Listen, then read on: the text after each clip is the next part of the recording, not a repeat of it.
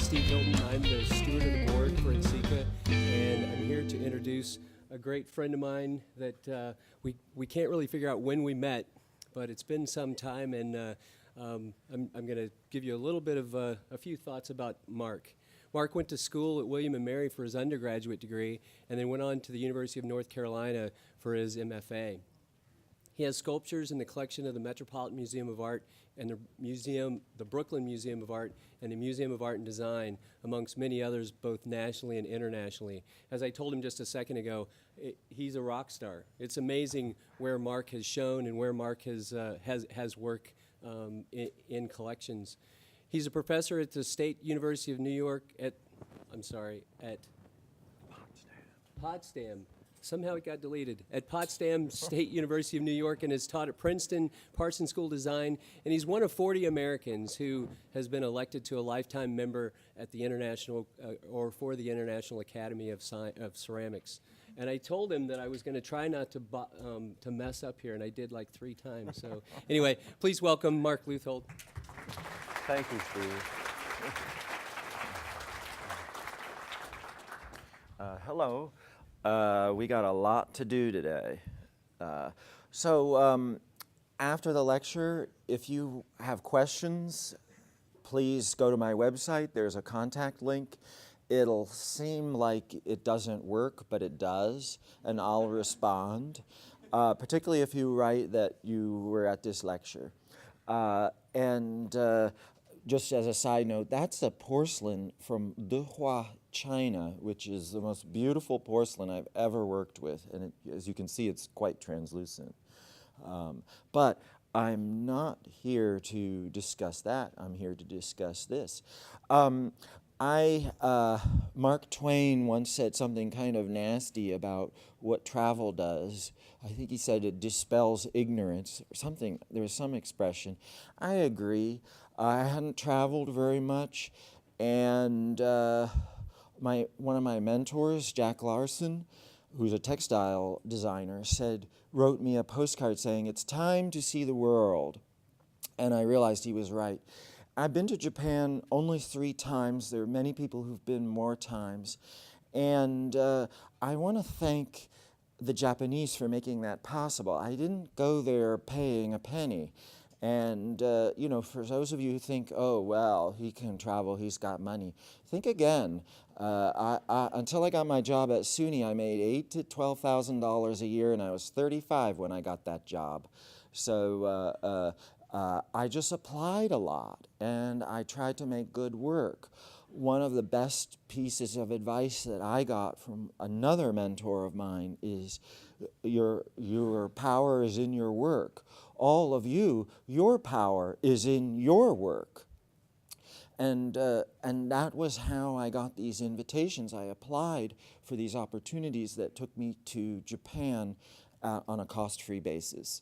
Seto and Tajimi, and that's where this lecture is focusing on artists in that region. There are many, many, many Japanese artists. Many of them are extraordinary. This is only a small sampling. When I first got invited to Tajimi, I was invited to the studio of Harumi and Katuko Nakashima, and he was the leader of Ishoken, which is a Japanese school for ceramics. And in my opinion, it's one of the best in the world. It's amazing. They have 9 professors. Their facilities are very shabby, but the professors there are beyond amazing, the quality of their work. That's what really counts, not the tools and tricks and equipment. It's the people. Well, anyway, I asked him, this is his wife, who you'll see her work too. You probably know his work. His work has gotten a lot more exposure than hers. Japan is a very traditional country. It's very different from the United States. Happily, in America, most of the top ceramists are women. Think of Betty Woodman, now passed away. But in Japan, it's more traditional. But I'm going to show you her work. In my opinion, it's just as good as his. But I asked him for advice. I knew I was going to be allowed to be invited into artist studios, and I asked them, who are the best ceramists in Japan now? And Mr. Nakashima bellowed, competition. And so I thought, I guess that wasn't a good question. And the Japanese are pretty subtle, so I was surprised that he was so direct with me. So then I altered the question. I said, who are the best young artists in Japan? And then his tune changed completely, because don't forget, he was the director of this school, Ishoken, and many of these best artists had gone to Ishoken. So he was very proud to talk about their work. And you can see some. He and his wife started pulling out vessels out of their cabinets and showing me. And I took notes about the ones that I liked. And then later I asked, I want to go to this studio, I want to go to that studio, I want to go to this studio. I was the artist in residence for Tajimi City, so it was a very nice gig.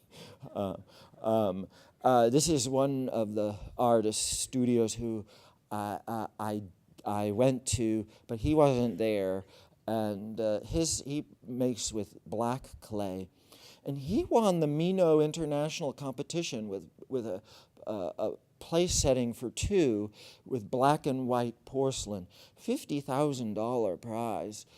Young man, beautiful work.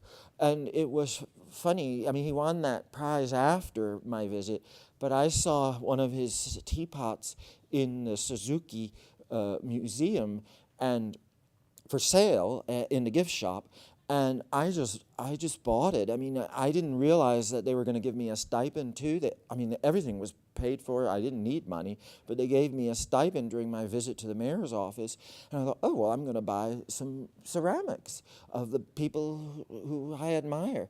Anyway, he was thrilled when I bought this. And then later, when he won the prize, I heard from some of my friends over there that, he won the prize. And I said, well, of course he did. Look, his work is extraordinary. This is another one we're going to go see. Look at the lid and the flange of this vessel. Do you see how there's a little notch so that you put it in just the right spot? His studio is amazing, you'll see. Here he makes these very large sculptural spoons about 5 feet long and vessels and all sorts of things. I have a couple of tea bowls of his work. I treasure them. This was another very fine piece. There's very good ceramics made in Japan. Okay, well, I saw all of this in Nakashima's living room or tea room, whatever you want to call it, and then he took me to their studios. This is his studio.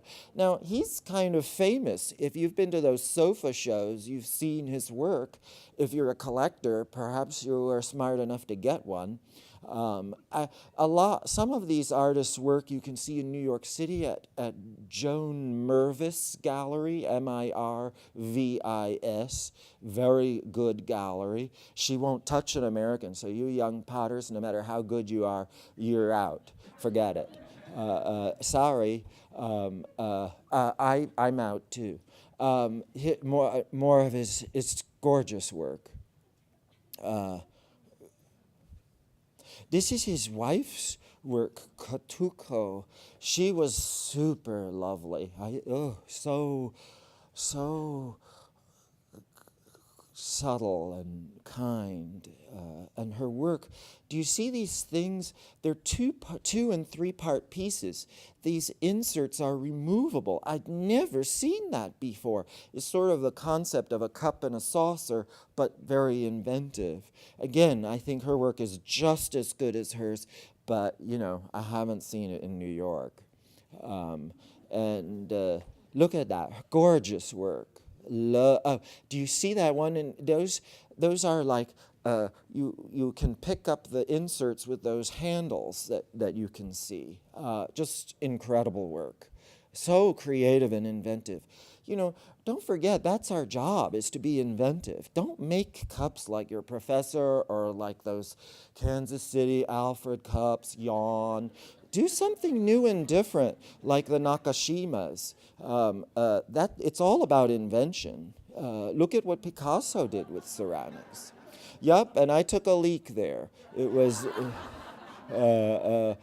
fun. I had to get that picture in. Okay, this was another studio I went to. This was very interesting. In Japan, everything is about genetics. But refreshingly, at Ishoken, many of the wonderful artists who graduate there and have careers are first generation. But this family is not. The father was a National Living Treasure. America's so dumb. When they killed the National Endowment for the Arts fellowships, which used to give between $10,000 and $25,000 to artists. This was always my dream until a certain conservative party eliminated that possibility for artists many, many years ago. I couldn't understand why the NEA wasn't smart enough to say, okay, we're still going to do it. We're going to call these people National Living Treasures, and we're going to give them $1 and have a reception in Washington. But they did not have the vision to do that. I'm so disappointed. This is the son of this National Living Treasure. Now, for those of you who have parents who are very accomplished, imagine how difficult it is to be the son of a National Living Treasure. And he had those shoes to walk in. Here is his showroom and his work. And he had different levels of work, as most artists do. There was like the museum quality level, handmade, and then there was the production, cast, more quickly made stuff. Let's see. So I'm just going to whip through here because we have got a lot. This is the father's work. Yeah, nice porcelain. I never understand why so many of us make thick, clunky porcelain. The whole point is thin and translucence, right? I mean, look at that. And wait till you see more. He's got inside decoration playing off of outside form. Really deluxe. There's some really good work made in Japan. This is a more production-y piece up by the sun. I'm going quickly. This is wonderful. He fired things on this to keep them round, and as they shrink, they sort of shrink upwards. I loved having this image. So he's able to glaze the foot, like dingware in Song Dynasty China. They fired upside down like this too. I don't know whether they had these little firing holders that allow for shrinkage. This is his studio, or one of them, I should say. One of the nice things about being the son of a National Living Treasure is you have some deluxe real estate and you have a studio. I still don't have a studio in the sense that most artists in America do. He worked with a lot of raw materials, like he would get rocks and grind them down, and they were feldspathic rocks, and that was his feldspar. He worked with a lot of primary materials, and this was one of his machines. Obviously, it was his father's, and he just continued. And here he's talking in his studio. He was lovely. This was his workspace, pretty tidy compared to mine. There's another studio building, and this was the other studio. This is incredible. Lots of production work. Sager. The economy is not so strong in Japan right now, and so there was a lot of stuff laying around. A lot of beautiful stuff laying around. These are his glazes. They're sort of buckets cemented into the whatever. It was interesting to see that. This is his clay, very old and moldy, lovely. This was a wedging machine invented by his father, and he ran it for me. I had all sorts of slides of that, but I cut 200 slides from this lecture. Yeah. If you invite me to your school and I'll give you the full lecture, we'll have intermission. This is a hand-carved piece, and here he's carving for me. And of course I carve, so I was very interested in this. His tools, See, you're getting into the studio. This is not looking at things on white pedestals show. You're getting their life. Then this was a group of 3 young artists who banded together. I see this a lot in the U.S. Japan, some things are similar. And that's the car of some of my interpreters. I always had people carrying me on a velvet pillow wherever I had to go. I was in heaven there. This guy is amazing, and he's gotten some play, I've seen his work in New York and in some of the publications, and they had the most amazing chino glazes, and look at what he did. This was so yummy. Look at that. Isn't it gorgeous? I love it. Thank you. I knew he'd gotten some play.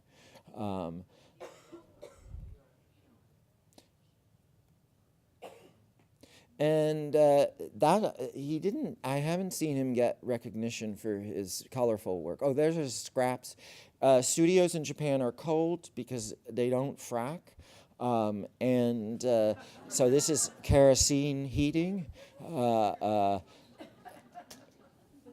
And here is. Oh, I wanted so much to get one of these, but I didn't, which was dumb. Oops, I think I skipped. Sorry, pressed too hard.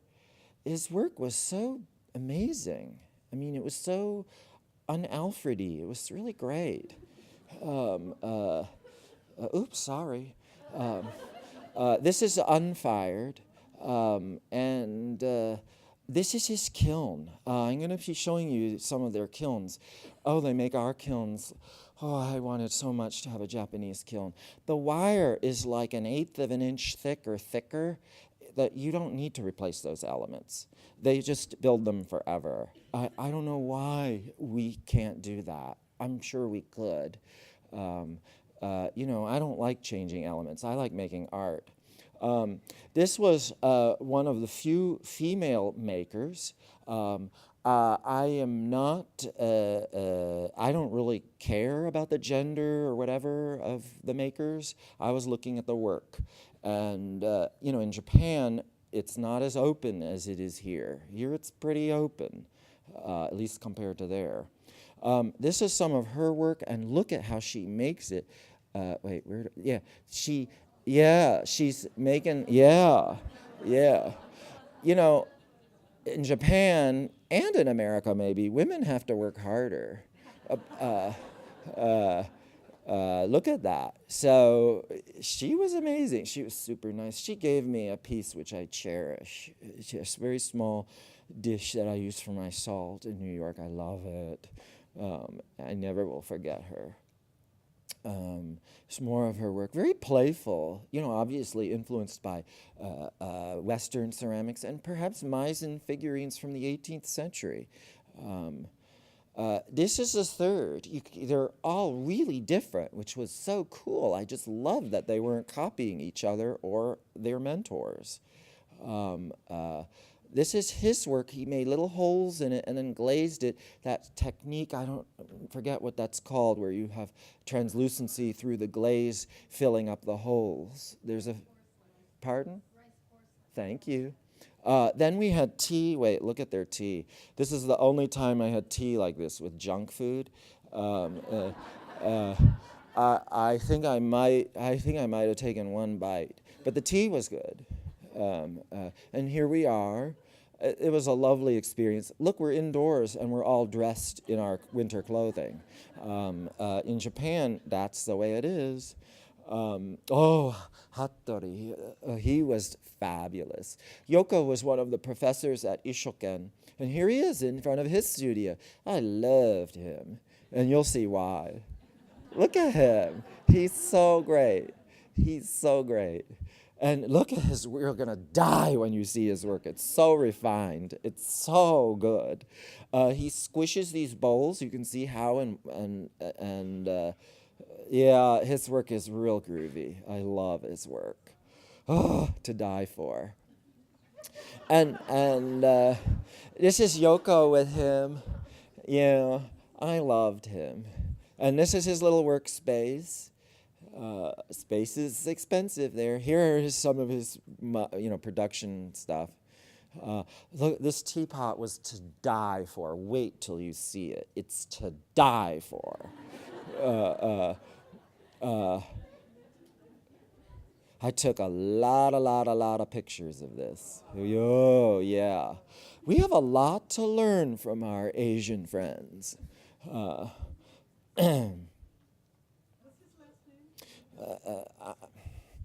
Here's his kiln. Email me. Here's the information for techies. This was interesting. This is the little shed he built. Everything in Japan is an art. I had to chop so many pictures, it was awful. But look, that was his kiln shed. Don't forget, they don't have severe frost in that area. This guy, now maybe you'll write the names a little more carefully. I'm telling you, this is an amazing collection of pictures. Kenji Gomi, he got the $50,000 prize a few years later, and I was like, whoa, this is great. I was very happy that he got this.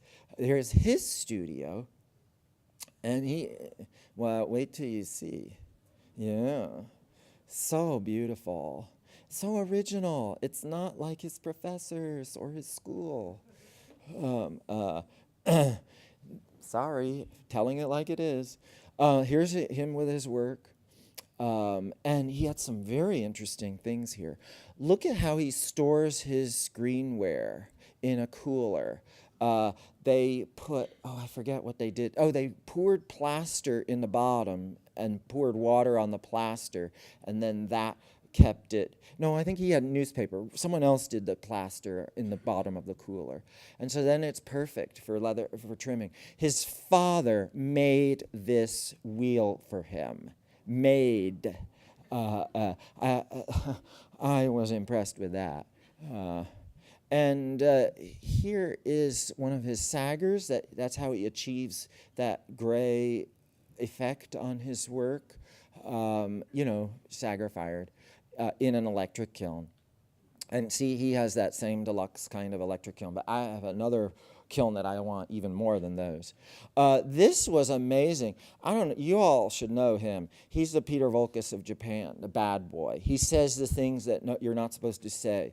I love people like that. They are my inspiration. But I don't know how to pronounce that name. Thank you. Here's his house in the country, and he's pretty successful, but he's not a National Living Treasure because he's not a folk potter. He's inventive. If you're inventive, you can't ever be designated a National Living Treasure. It's a different sector. No. It's the National Living Treasure is to honor and recognize what we might call here heritage potters. Or actually, that sounds more Canadian. Now, here he is in front of his house. Oh, he was a trip.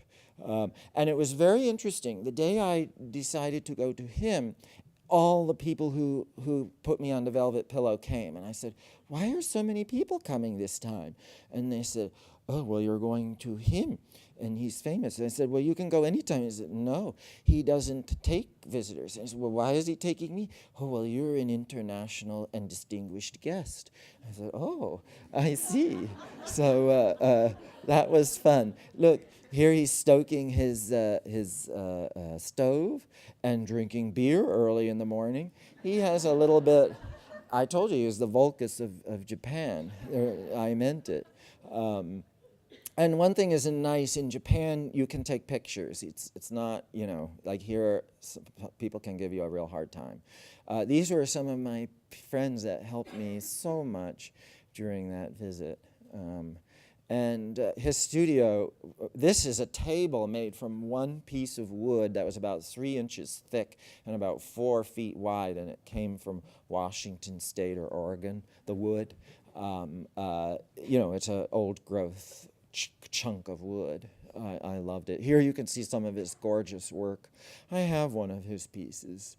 I'm very happy to say. Yeah, he's good. He's good.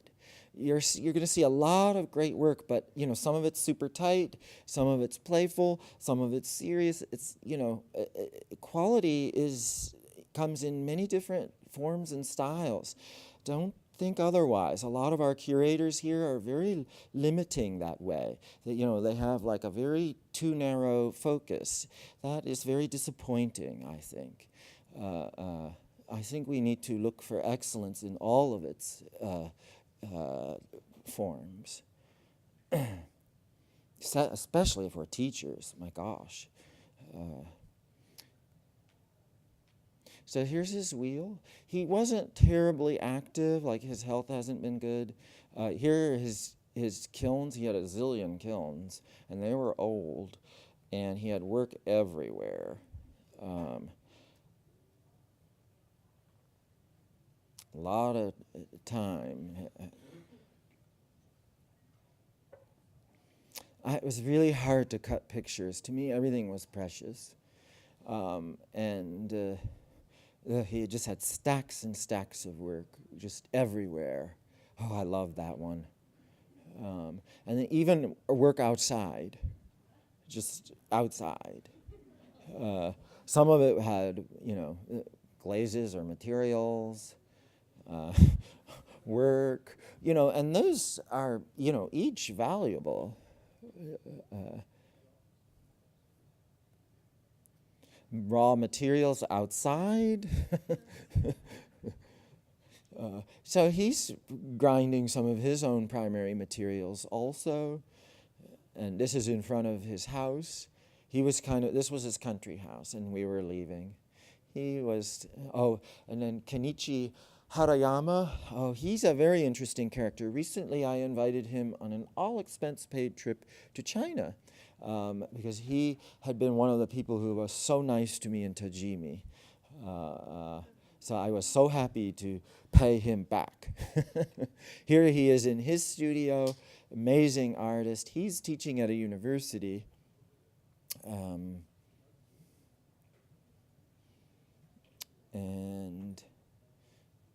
You can see what a nice guy he is. And he had the most amazing pinch and coil technique, so beautiful. You will see. So he was working a little bit.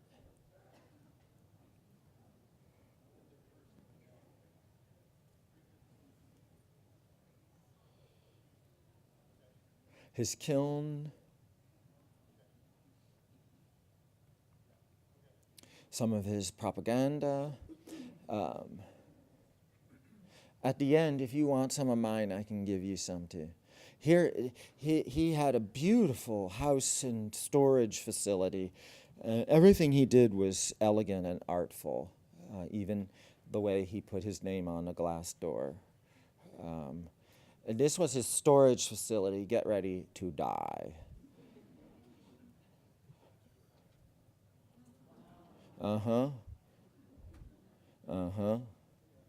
They're good. I think we've got to fire a few extra cylinders. We got some great people overseas. We got great people here too, though. Look at that. Isn't that gorgeous? And that pinkish area is where he lived. So this was a huge warehouse that he subdivided into a storage facility and his house. And you're going to see. And he did a lot of the work himself, and it was kind of cheap, but beautiful. You'll see. Look at his floor. It's particle board. Particle board. I never thought anyone could make particle board look nice. And that wall is that icky corrugated crap that you see on shantytown roofs and walls. But he turned it into this, like, art thing. His work. Look, the particle board. I hate that stuff. Look at the bulbs. He didn't have chandeliers. Do you see how everything is just it's like the Bauhaus on steroids. That string is to, move the hammock. And this is in the part that was heated. And here you can see the particle board on his walls. He mitered the corners, so there's none of that icky, horrible layer crap showing. He mitered the corners. And look, he cut the particle board to fit closely around all those little nuts and bolts that the contractor did to put up the metal building. I mean, he's an artist. Okay, Kenichi's friend. This guy won a prize too, but not the $50,000 one, but a good one. Here he is with his kid. He's fifth and now sixth generation. And look at this. This is very Japanese, where you have to bend to go into this space. And here he had his storeroom for his work. Yeah, he has good work too, you'll see. Yeah. I think he won a prize in the Faenza thing. The Shinos that I saw there were so beautiful. I've never seen a Shino as beautiful as these that I saw in Japan. Anywhere, Europe, North America, South America, anywhere. It's like it's got this blush to it and this texture. It's just stunning. This is the factory building, because they have, that was his art, and then here you're going to see production work and his space where he makes his art. So this is him with a production kiln and production work. This was to prepare ginger, to shred ginger. These little abrasive things. They were very, very cheap. They were just cast. This was one of their family money makers. Nice kiln. Up there, which we'll go to in a minute, is his studio. So he worked in the attic of this, loft of this metal building. Now we're in that attic, that loft area. Yeah. Now we're back to the production work. And this was a glazing machine that was so clever. You sort of put it on this rubber pad and then dunked and then lifted up, and it would automatically glaze. It was very cool. I had more pictures, but I chopped them out. And then here we were making, he's using a jigger jolly to produce this stuff super fast. It was shocking, and of course he made me have a go at it. Of course I wasn't so swift at it. And here we're back in his studio. That was big, like 5 feet tall. Good luck. I don't know how he got it down from there into the kiln, but he's smart. Yeah, people were really kind and friendly to me. I was very honored to be a guest there.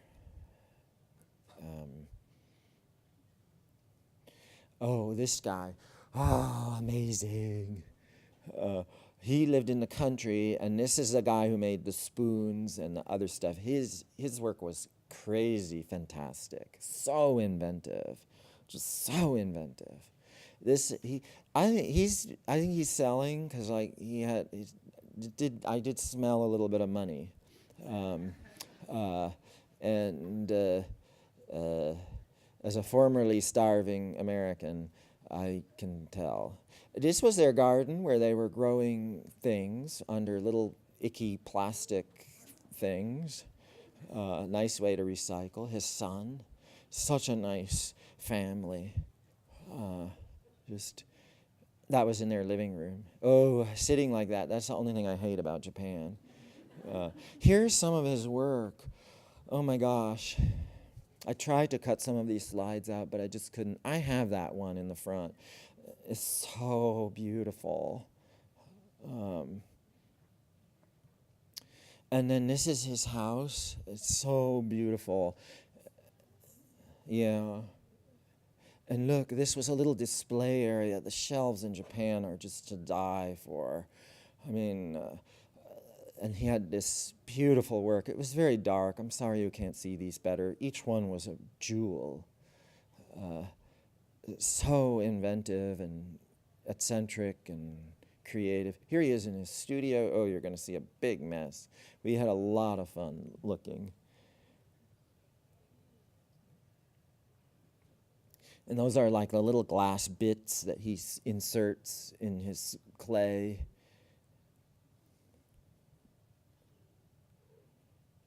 I want to get done on time. We're actually doing pretty well. I might get done early, which is fine. I personally don't think a lecture should be longer than 40 minutes.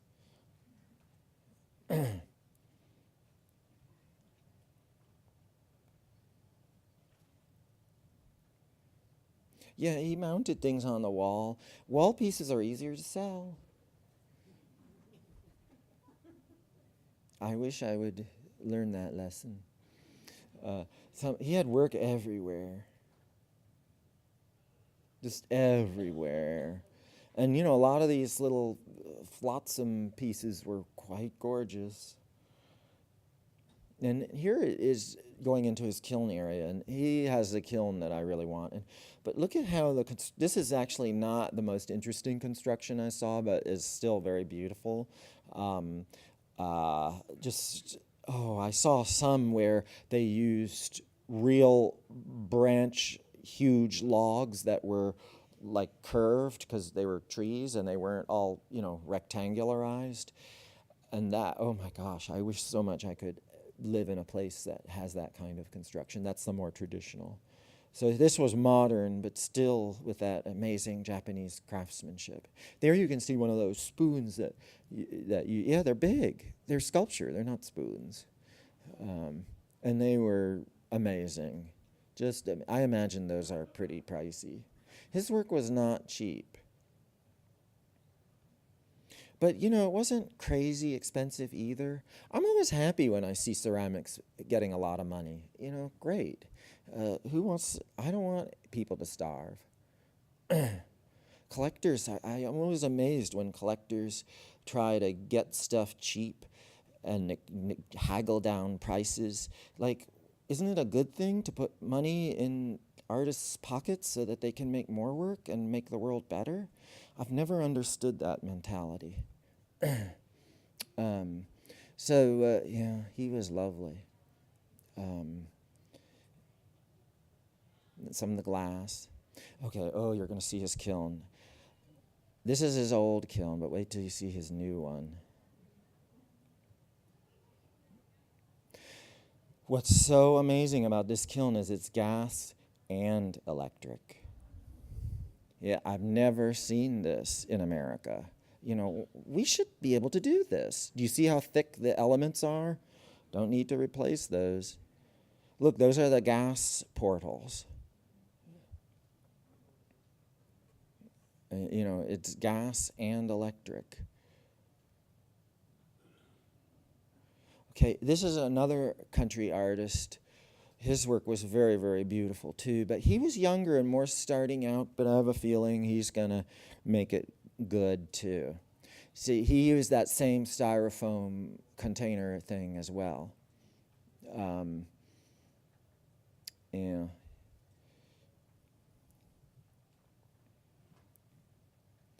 And this is that traditional technique in Japan where you repair with gold. It's so beautiful. The perfect example of a wabi-sabi aesthetic. His work. There was a playful quality to his work. Here was his space. He literally built a little pavilion inside one of these warehouse spaces so it could be warm. And he was immaculate and so organized. It was kind of shocking. I'm a mess when I work. Look at his wheel.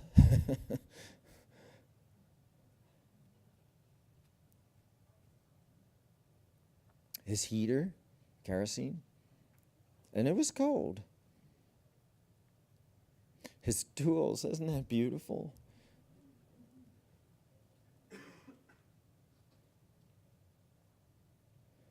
And now we're in more of the warehouse space. And he had moved there pretty recently and was still unpacking stuff. This was a large vase. And, you know, his vessels had these little playful things. I love the way he's showing the hand, you know, the pinching, and just these playful elements added. He gave me that piece. I treasure it. I look at it every day. It's a soy sauce container. And, you know, he was unpacking still.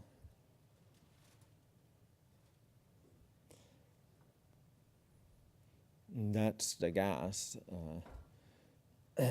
Oh my gosh. This guy, he's on the cover of Hands in Clay, or one of those books. This is a more established artist now. Shigekazu Nagai. Very amazing artist. You've probably seen his work in New York if you go to those sofa shows and all. And it was interesting. I've gone to his studio a couple of times. I'm showing the pictures of, he had a fire, and this is the studio after he rebuilt, and it's amazing.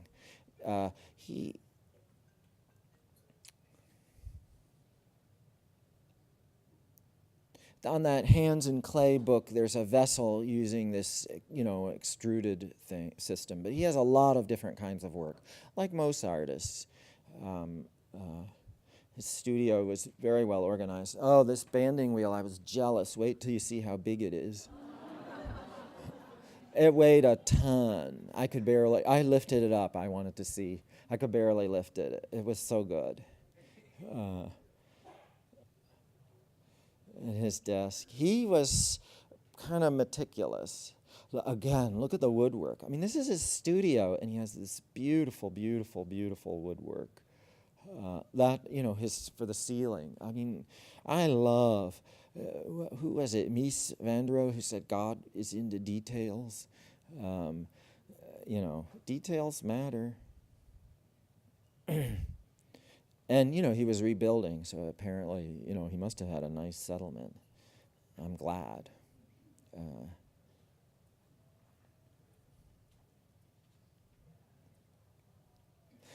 There's his slip mixer. He had a beautiful porcelain.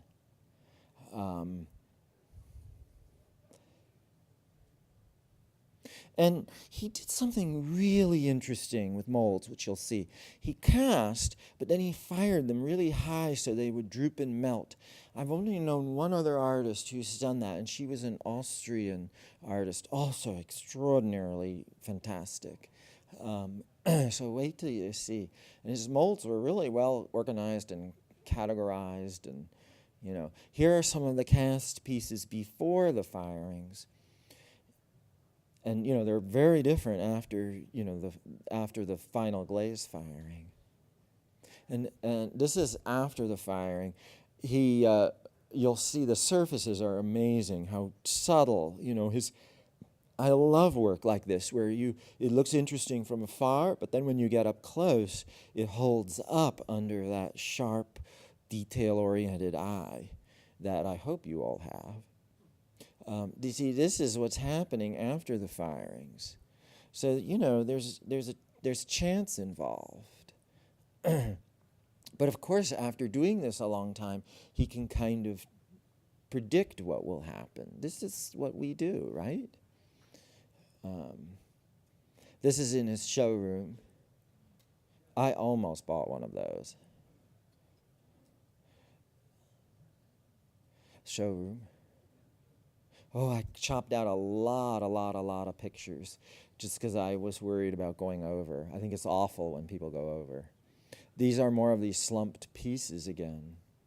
Just stunning.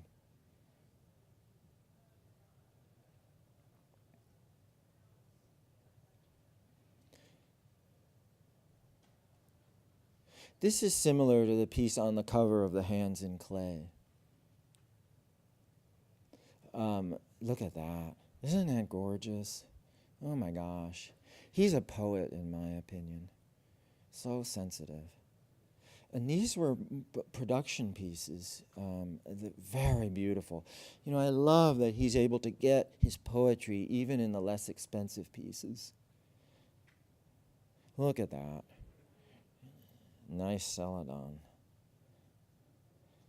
Stacking, you know, they're functional, but they stack. You know, why can't something functional also be a sculpture?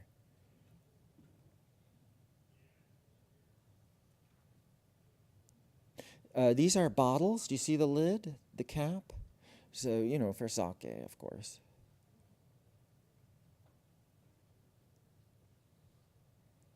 He was lovely. I have a couple of his pieces, and I treasure them.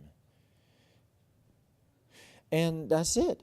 If you have questions, jot this down.